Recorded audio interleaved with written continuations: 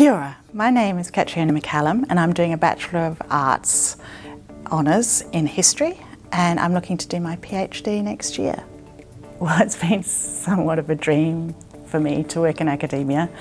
I was discouraged from doing an arts degree when I was younger, and so being able to come back to the university and pursue history, which is what I've always wanted to do, has just been, as I said, it's been a dream for me and I've really enjoyed it. I've had a long career in law and finance, which is not really anything much to do with arts, but I've always had an interest in politics and economics and international relations, and these are all the things that combine into history, philosophy too. So I'm really excited to have the time now to come back to university and study arts. As a mature student coming to university, it's a little daunting at first because you're surrounded by all of these lovely young people who seem to know what they're doing, and you have been out of it for so long that study suddenly seems incredibly difficult.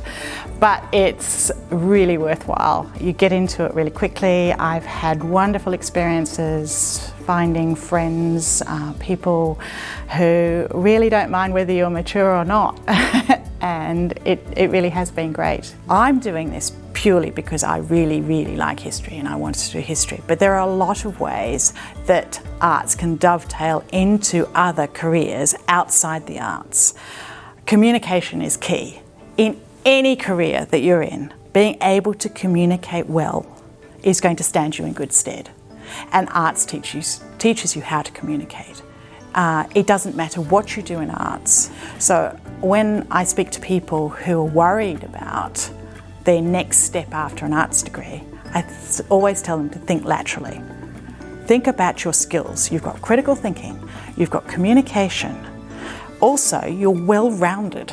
You're able to understand different practices, different cultures, and an arts degree is wonderful for giving you that ability to think critically, and it's something that employers increasingly state that they want because it's so useful in the workplace, across the workplace. The differences between postgraduate and undergraduate study. Well, the main difference is as a postgraduate, you are suddenly on your own.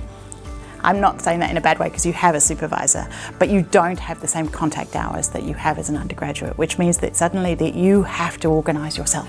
So my advice is immediately tap into those support networks, go along to all the graduate events, network, and in doing so, you will find that everything you do becomes shaped by other people, and that makes you better. It makes you produce better work and it makes you a happier person. So.